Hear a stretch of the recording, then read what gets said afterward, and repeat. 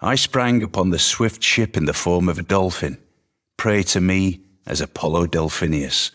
Also the altar itself shall be called Delphinius and overlooked forever.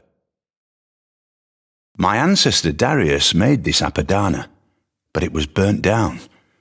By the grace of Ahura Mazda, Anahita, and Mithra, I reconstructed this Apadana. Can you imagine trying to talk 600 people into helping you drag a 50-ton stone 18 miles across the countryside and muscle it into an upright position and then saying, "Right lads, another 20 like that, then we can party"? This lighthouse was the cynosure of all eyes. But the wrath of Huitzilopochtli was great, and as the sacrifice passed each of the 4 rooms dedicated to the sun god, the sun disappeared or reappeared in the sky.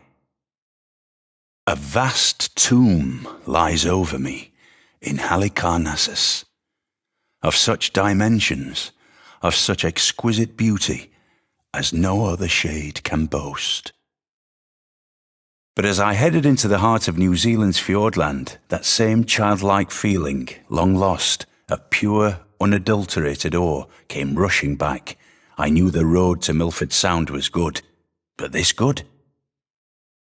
The Pantanal is the most complex intertropical alluvial plain of the planet, and perhaps the least known area of the world.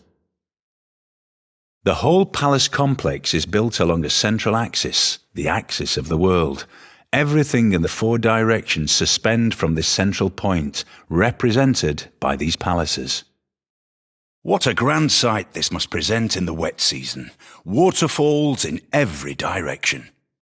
Under the white cliff's battlemented crown, hushed to a depth of more than Sabbath peace. At Rhodes was set up a colossus of 70 cubits high, representing the sun.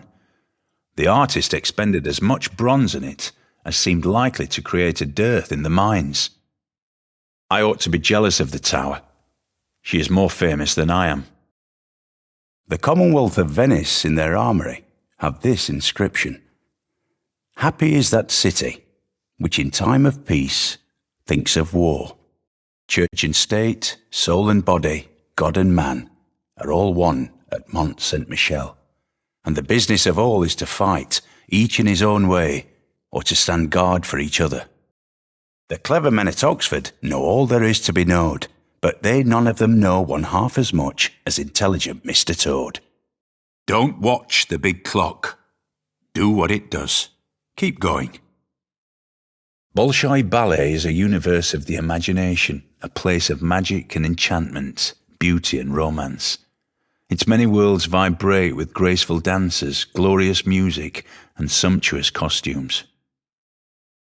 Thus, the sculpture serves to give people one thought: everything is in God's hands.